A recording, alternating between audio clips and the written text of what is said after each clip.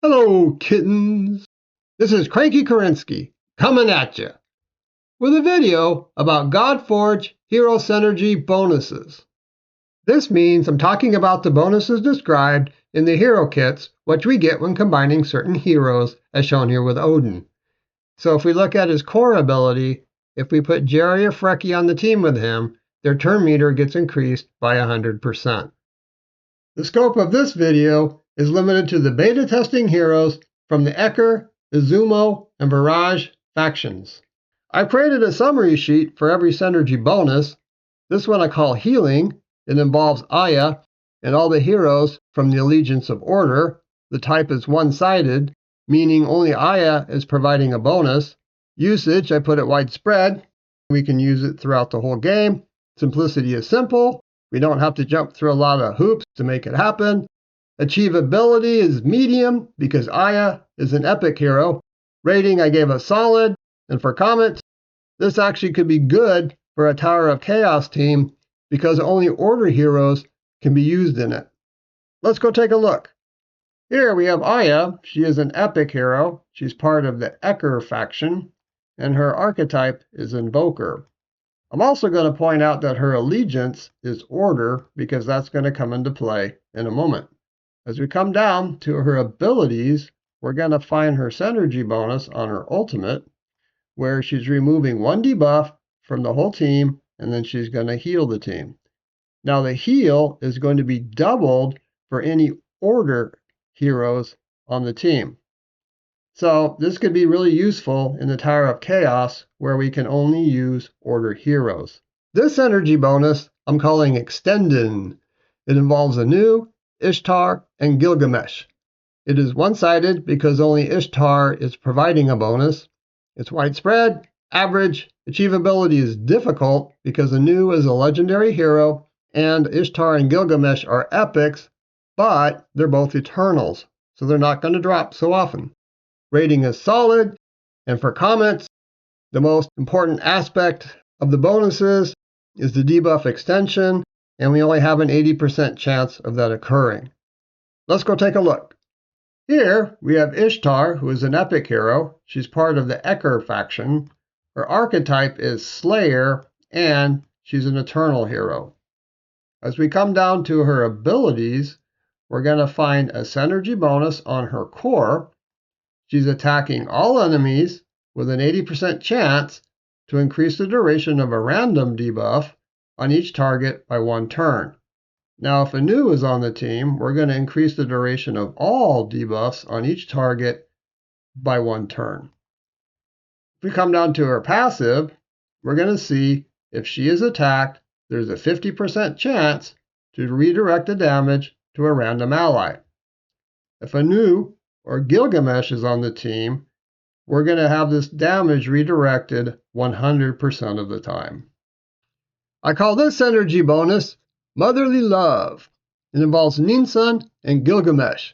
It's one-sided because only Ninsun is providing something. It's widespread, simple, achievability is difficult. Both are epic heroes, but Gilgamesh is an eternal, so he's not going to drop that often.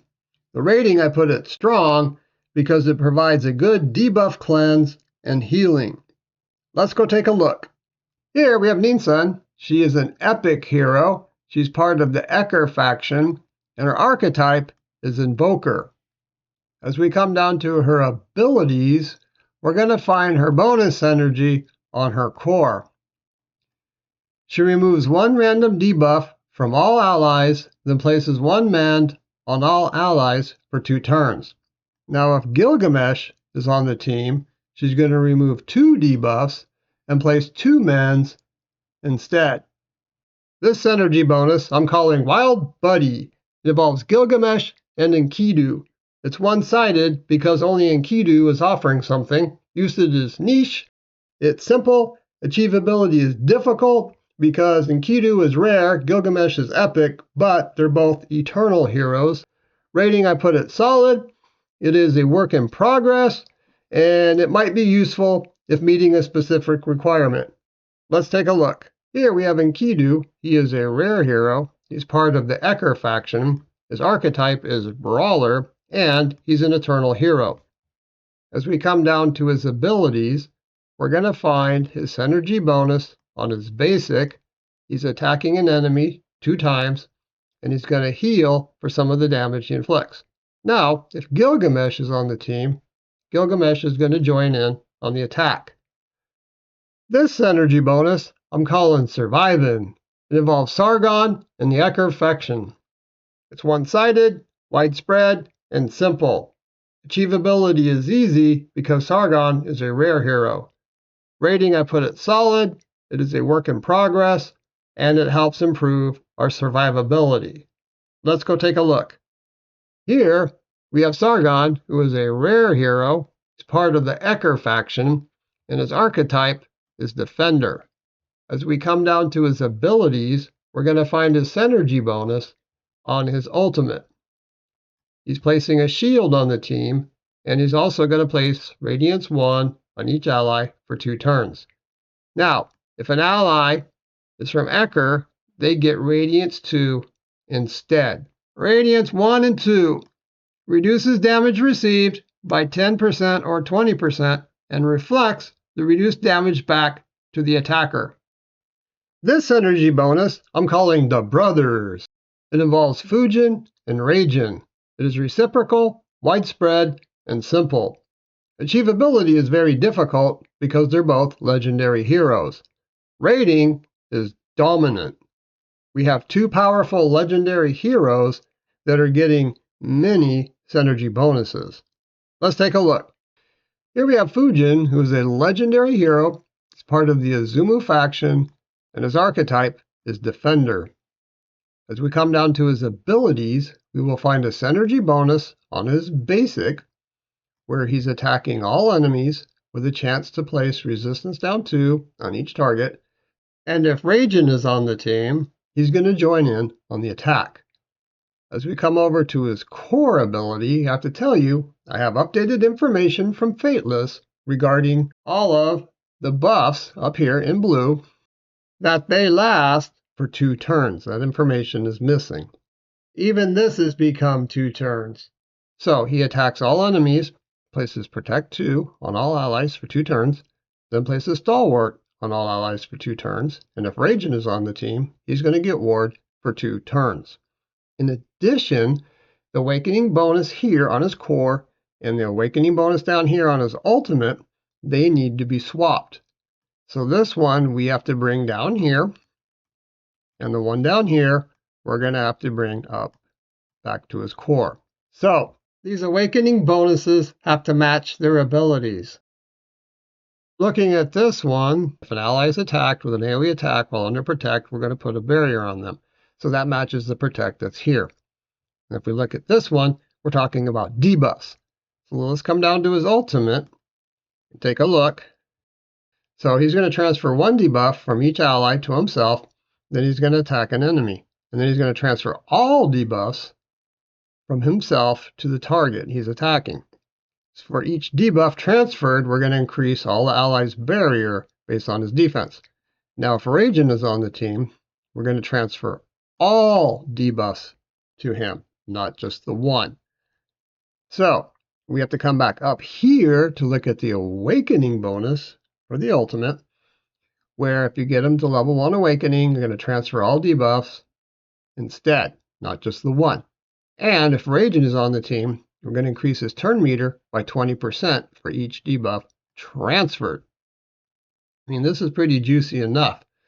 In addition, we have another synergy bonus on his passive, where basically all allies are receiving decreased damage from AoE attacks, and that's 30% right here.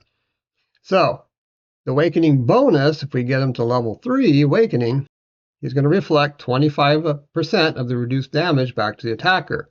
But if Raijin is on the team, we're going to reflect 100% of this damage reduction back to the enemy.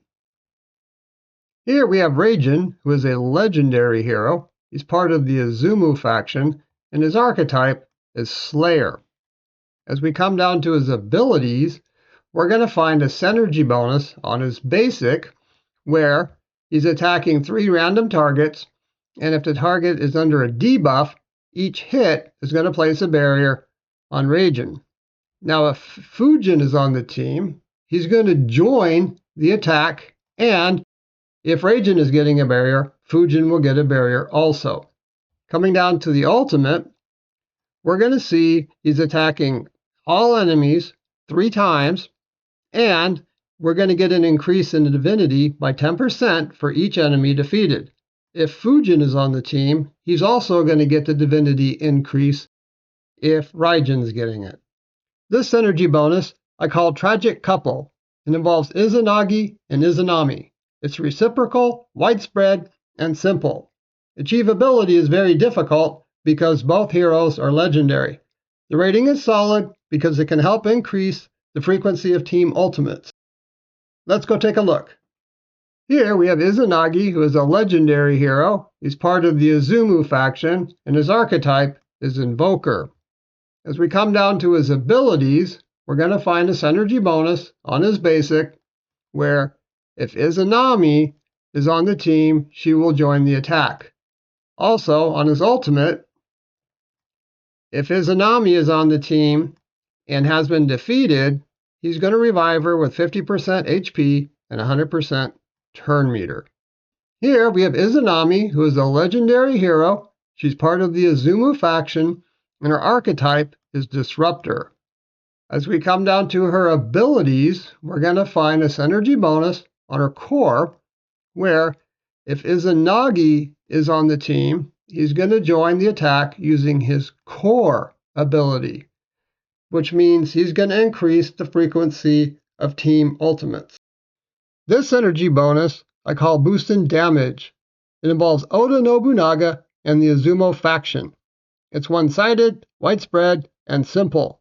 Achievability is very difficult because Oda is a legendary and an eternal. Rating is strong because it can ensure a team joint attack assassinates anything less than a boss. Let's go take a look.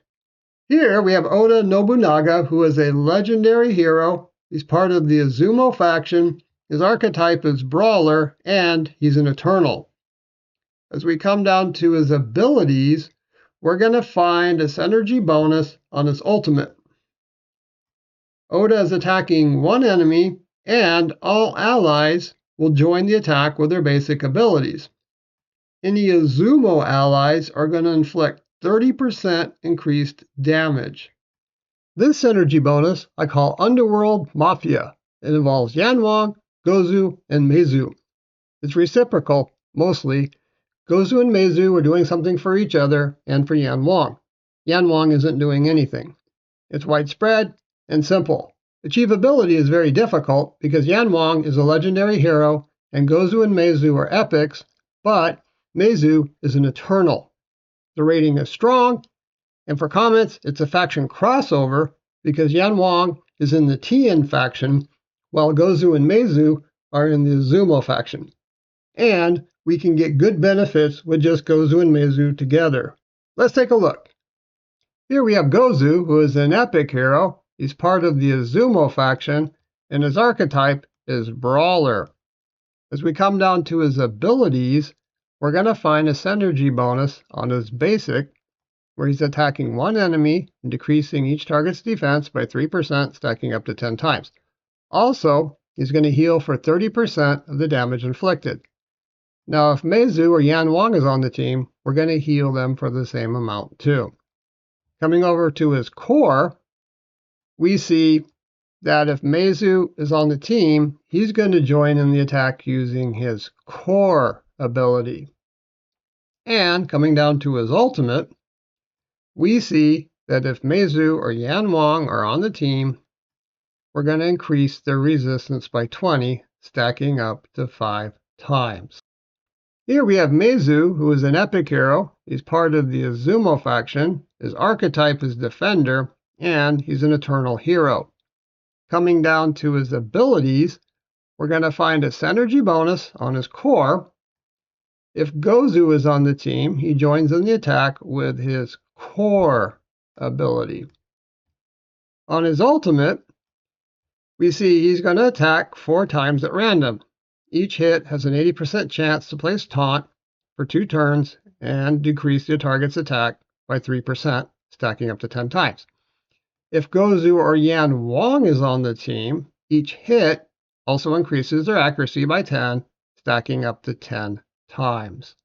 This synergy bonus I call Korin. It involves Kenshin and the Izumo faction. It's one-sided, widespread, and convoluted. The achievability is difficult. Kenshin is an epic hero, but you have to get him to Awakening level 3 for it to happen. Rating is solid, and you're going to have to get him pulled into a joint attack by an Izumo ally for it to happen. Let's take a look. Here we have Kenshin, who is an epic hero.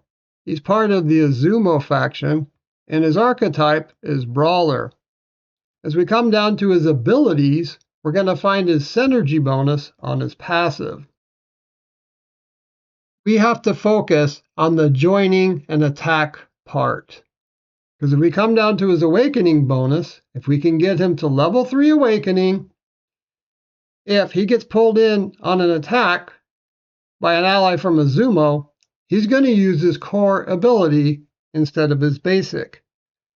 Currently, there's only 2 Izumo allies that could even pull him in on a joint attack. The first is Inari, who's an epic. She does it through her passive, which requires her to use her ultimate, and she's going to pull in 2 random allies.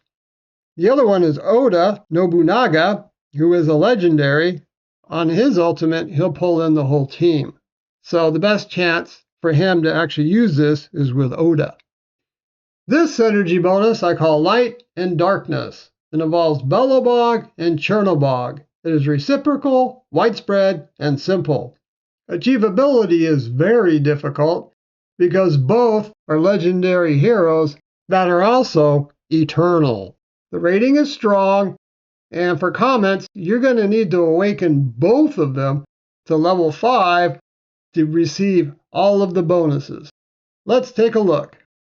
Here we have Belobog. He is a legendary hero. He's part of the Vyraj faction. His archetype is Invoker, and he's an eternal hero. As we come down to his abilities, we're going to find a synergy bonus on his core. If Chernobog is on the team, he's going to join in the attack using his core ability.